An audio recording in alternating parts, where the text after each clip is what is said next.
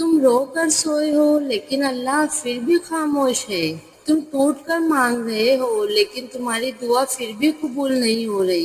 رکو، شاید تمہیں آزمائش نہیں بلکہ تربیت دی جا رہی ہے۔ جس طرح حضرت یوسف علیہ السلام کے ہاتھوں میں زنجیر تھی لیکن تقدیر میں بادشاہت لکھی جا رہی تھی، اللہ کبھی کبھار تمہیں قید کرتا ہے تاکہ تمہیں آزاد کر سکے۔